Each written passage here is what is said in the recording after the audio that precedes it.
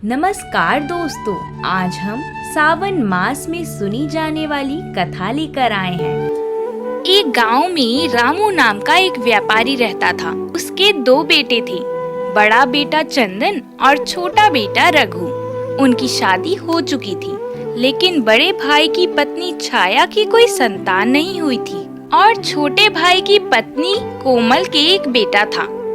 देवरानी बहुत ही चंट स्वभाव की थी और बेटा होने के बाद उसे और भी घमंड हो गया था। वो घर का कोई भी काम नहीं करती थी और पूरे दिन बस बैठकर छाया पर हुक्म चलाती थी। छाया बहुत ही सीधी स्वभाव की थी। वो कोमल को छोटी बहन मानकर उसका सारा काम कर देती थी।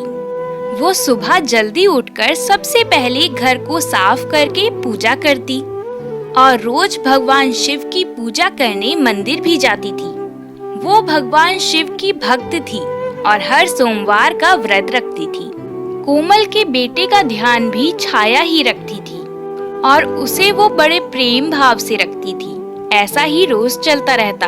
एक दिन भगवान शिव अपने ध्यान में मग्न मुस्कुरा रही थी कि तभी माता पार्वती वहां आई और भगवान को ऐसे मुस्कुराते देख उन्हें भी बड़ा आनंद मिला। और फिर माता पार्वती शिवजी से पूछने लगी, भगवान आप ऐसा क्या देख रहे हैं जो इस कदर मन ही मन मुस्कुरा रहे हैं? भगवान तभी अपनी आंखें खोलते हैं, लेकिन भगवान मुस्कुराने के साथ थोड़ा चिंतित भी थे।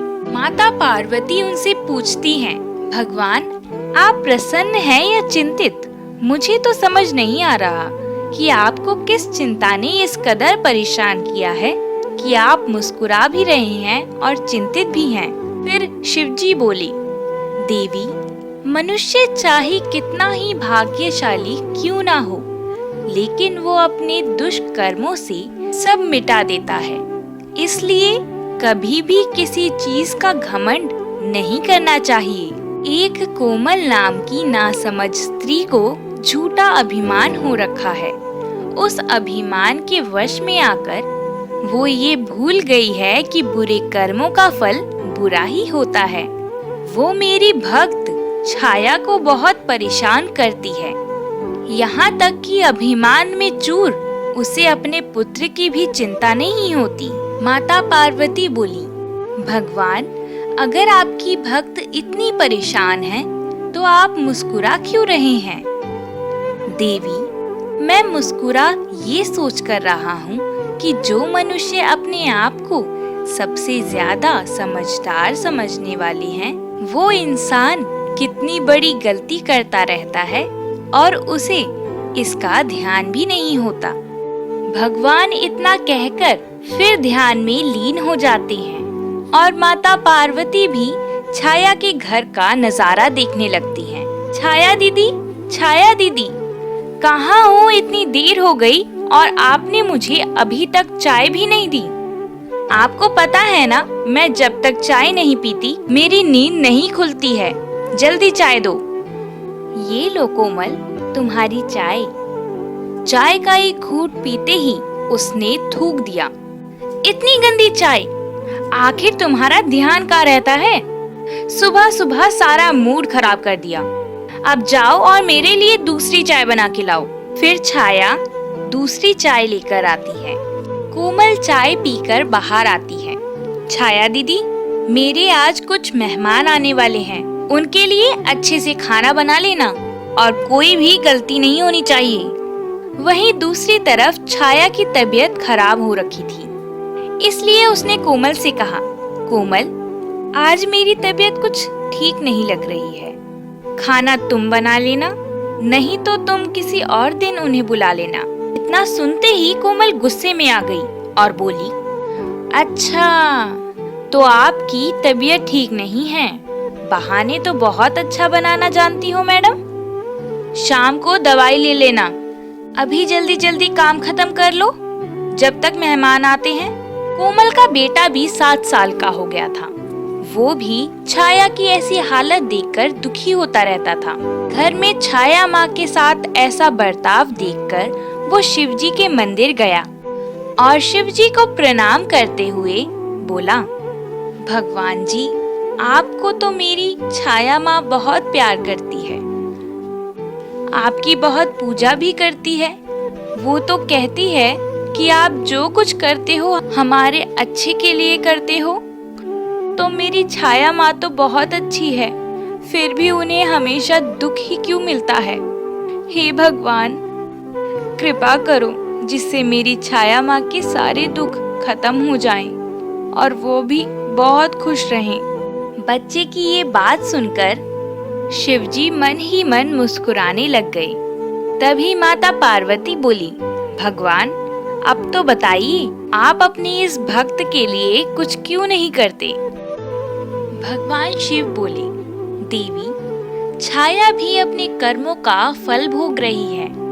पिछले जन्म में उसने भी अपनी बहू को बहुत परेशान किया था। वहीं कोमल शांत स्वभाव की भक्ति से पूर्ण थी, जिससे ये जन्म में उसे सुख की प्राप्ति हो रही है, और छाया अपने बुरे कर्मों का फल भोग रही है।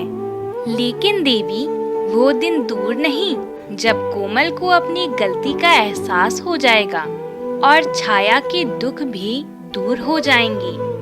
इतना कहकर प्रभु फिर ध्यान में चले जाते हैं। छाया उपवास रखती है और मंदिर जाकर भगवान शिव की पूजा करती है। मंदिर से लौटते वक्त उसका पैर एक गड्ढे में गिर जाता है, जिससे उसे बहुत चोट आती है। तभी भगवान शिव जी और माता पार्वती उसी जगह पे रूप बदल कर आते हैं और छाया को उसके घर लेकर जाते हैं। वहीं उस समय एक सांप वहां आ जाता है और भगवान को देखकर प्रणाम करने लगता है। तभी सब लोग ये देख के दंग रह जाते हैं और कोमल का बेटा भगवान से पूछता है, सांप आपको देखकर कैसे चला गया?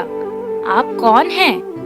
तभी माता पार्वती और भगवान शिव जी अपना असली स्वरूप के दर्शन कराते हैं।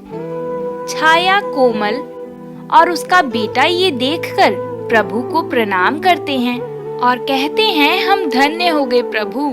भगवान शिव छाया को आशीर्वाद देते हैं, जिससे उसकी चोटें सही हो जाती हैं, और माता पार्वती भी उसे संतान होने का आशीर्वाद देती हैं। जिसके बाद माता पार्वती और शिवजी अपने धाम वापस लौट जाते हैं। छाया अपने घर में धूमधाम से पूरी श्रद्धा भाव से पूरी रात शिवजी और माता पार्वती का भजन करती है और पूजन करती है, और कोमल भी छाया से माफी मांगती है। कहती है, दीदी मुझे माफ कर दो, आपके साथ बहुत बुरा किया है मैंने, इसके लिए मैं क्षमा प्रार्थी हूँ। कुछ समय के बाद छाया के भी एक बच्चा होता है, जिसका नाम वो शिवांश रखती है। हे भगवान, जैसे आपने छाया पर कृपा करी, उसके गृहस्थ जीवन की सारी बाधा आपने टाल दी, उसी प्रकार हम सब पर भी आप ऐसी ही अपनी कृपा बनाए रखना। हर हर महादेव।